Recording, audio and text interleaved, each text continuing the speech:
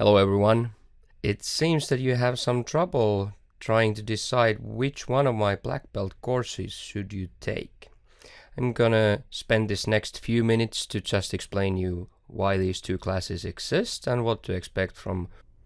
Let's first discuss a bit on the matter of who should be on the class. I get this question quite a lot, if this class is for you, depending on what your current position in your IT department is.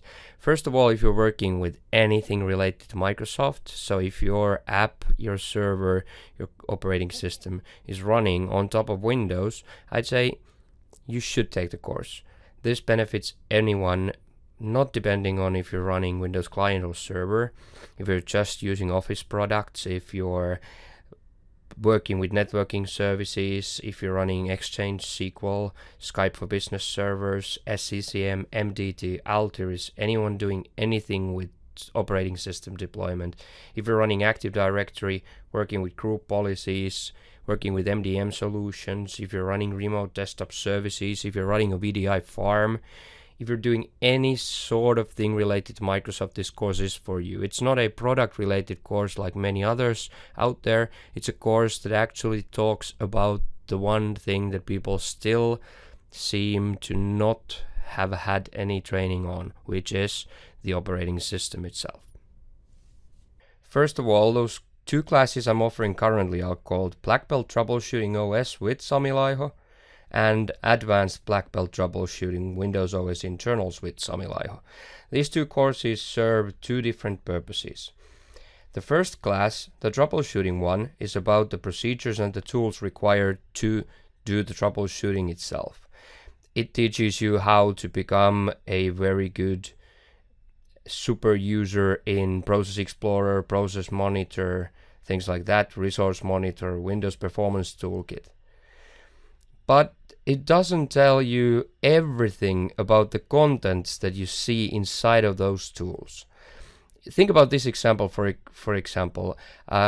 Process Explorer requires you to know how to hit certain buttons and choose certain options to use it. Then when you use Process Explorer, you see about 78 different processes inside of it. Do you know each one of those?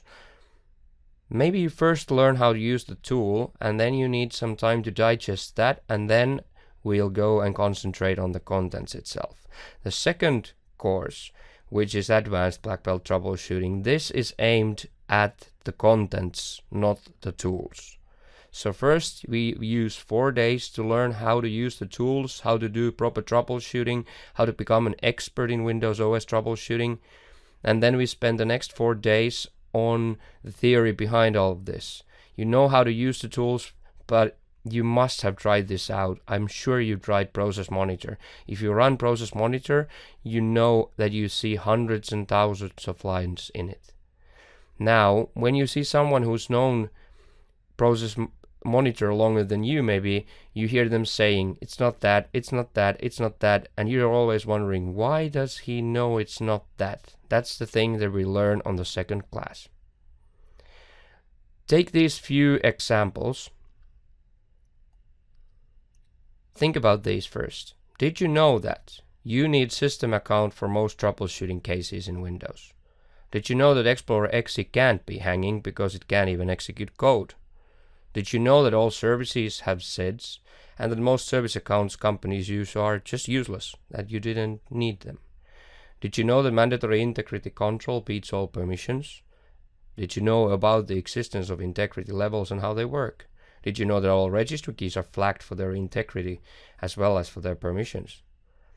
Windows OS is case sensitive. You didn't know that, did you? You do know that you should never ever turn off superfetch or defrag, even if you're running SSDs. You knew that netsh int reset is a tool that fixes most networking issues. You knew that Windows always prefers WebDAV instead of SMP, which makes sometimes connecting to network shares dead slow. Did you know that GP_update/force seems to fix everything because it's never run? Not on a logon, not on a logoff, not on a boot, not on a shutdown. Did you know that even if the Microsoft Knowledge Base article says different, automatic memory dumps are always kernel memory dumps and never change the type of the dump itself? Safe mode is one of the best tools for troubleshooting, but still people don't use it because they don't know how to change it, and they don't know how to control it, they don't know how it's documented. Did you know that Windows 10 has an active memory dump that's the best ever? Did you know that there are real best practices on how to configure your page files in Windows? Although it seems that everyone you know seems to have a different opinion. If any of this previous stuff that you saw was something that you didn't know how it works and it was new to you, I suggest please take the first class. If everything you saw on the previous slide was just all known to you, then please join the Windows Internals class, the second class I'm offering. And if you still can't decide, just head for the first class. I've never had a student who would be disappointed for the first class. You'll be there for 4 days, and I'm sure you'll do whatever you can to get a seat on the second class after that. Hope to see you in class soon. Bye-bye.